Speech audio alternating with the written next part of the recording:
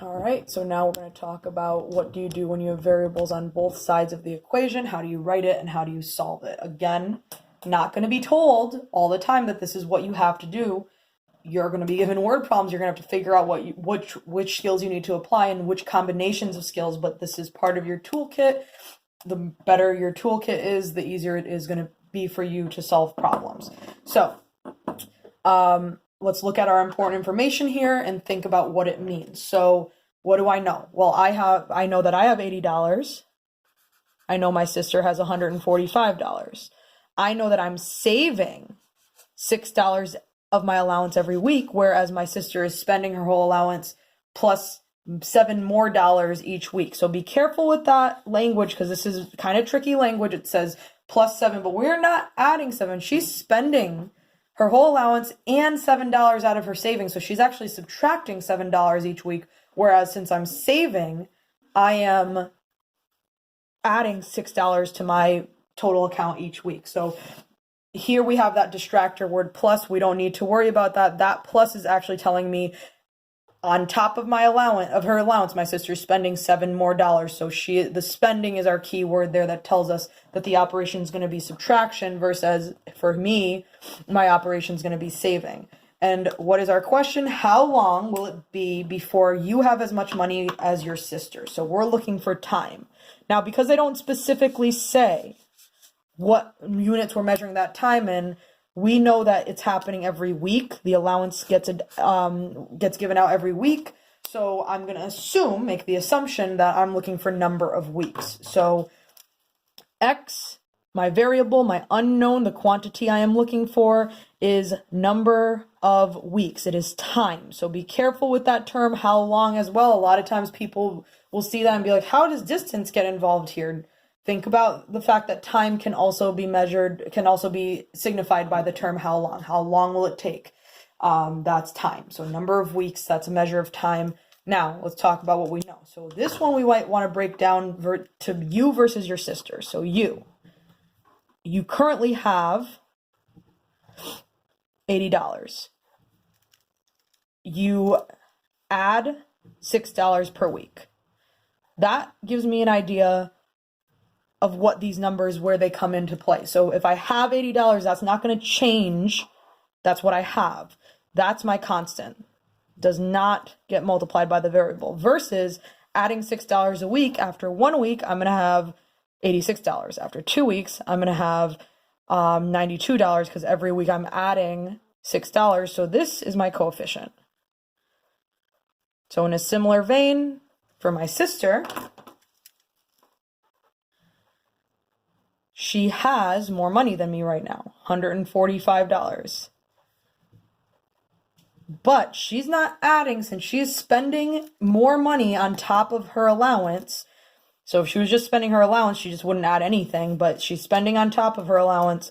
She is going to subtract $7 per week from her account.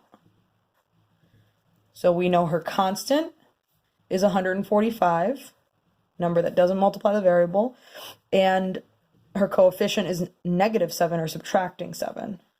Now, how long will it be before we have as much money? So let's go back to that term. As much is same amount of money. So we know that we're going to set this up as making our two sides equal.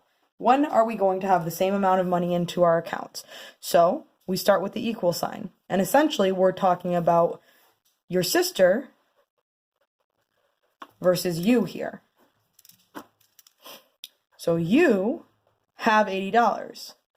Every week, you're adding $6. So we don't know how many weeks it's going to be. That's where our number of weeks come in. Your sister has $145. Every week, she's spending $7. Again, we don't know how much that's going to be.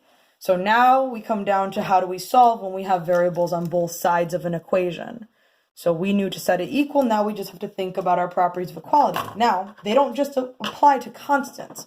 Properties of equality also apply to variables. So as long as I do the same thing to both sides, I can move the variables around. Now, I know I can't solve until I have my variables combined as into one unit. So the question becomes, which one do I move?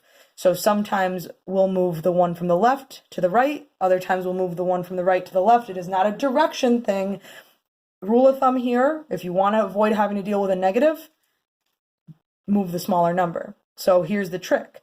-7 is actually smaller because it's negative. So a lot of times people will think, oh, that's bigger. No, it's not. It's smaller. It's negative. So I'm going to move it. How do I move it? I'm going to add it because that will make them cancel out. That makes them turn to 0. We don't have to worry about them anymore. Remember that we want to combine it to our like term. So I'm going to add it to the 6x. 6x plus 7x gives me 13x. Everything else gets to move down. So I bring down my 80, bring down my 145. Properties of equality tells me that I need to move the 80 before I try to divide. So I'm going to subtract 80 from both sides of the equation to keep it balanced. When I do that, I'm going to get 13x equals 65. Last step would be to divide both sides by the same number, which is 13, because that's my current coefficient of x. And 65 divided by 13 is going to be 5. So x equals 5. So how many weeks, how long do I have before I have as much money as my sister? 5 weeks. And again, you can check your answer by taking that 5 and evaluating it back into your original equation, or even into the common sense logic of your word problem. So you just have to think, okay, $6 times 5 weeks is 30. I add that to what I already have. That would give me a certain amount of money. $7 times 5 weeks is 35. I subtract that from 145. That would give me a certain amount of money. And as long as that amount on both sides is equal, you're going to be okay.